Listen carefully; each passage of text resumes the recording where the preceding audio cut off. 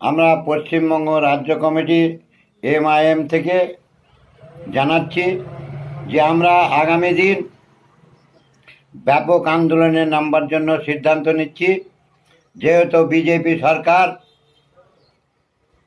মসজিদ মন্দির নিয়ে যে রাজনীতি শুরু করেছে, এই রাজনীতিকে বন্ধ করতে হবে।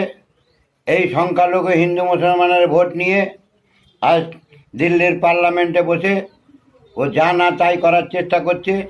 এই রকম আন্দোলন, এই রকম যদি ওরা রাজনীতি করে, তাহলে আমরা দিল্লির পার্লামেন্ট থেকে ওই বিজেপিকে, যেমন ব্রিটিশকে আমরা মুর্শিদাবাদ থেকে তাড়িয়েছি, এই রকম কিন্তু আমরা বিজেপির ওপর আন্দোলন শুরু করব। আমরা আগামী দিন ওয়েস্ট বেঙ্গল MIM এর সংগঠন থেকে আমি দাবি জানাচ্ছি, যদি এই রকম রাজনীতি তারা বন্ধ না করে, তাহলে আমরা নিশ্চয়ই পশ্চিমবঙ্গ সরকারের কাছে আমরা অনুমতি নিয়ে সারা পশ্চিমবাংলায় আমরা আন্দোলন শুরু করব। এই কথা বলেই আমি আমার বক্তব্য শেষ করছি। আগামী দিন যদি এই সিদ্ধান্ত সরকার না নেয়, তাহলে কিন্তু আমরা ব্যাপক আন্দোলন MIM থেকে করার সিদ্ধান্ত নিচ্ছি।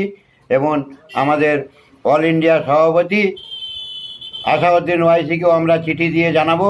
আমরা আসাউদ্দিন ওয়াইসির হাতকে শক্ত করার জন্য সারা পশ্চিমবাংলায় আমরা আন্দোলন শুরু করব আগামী দিন থেকে।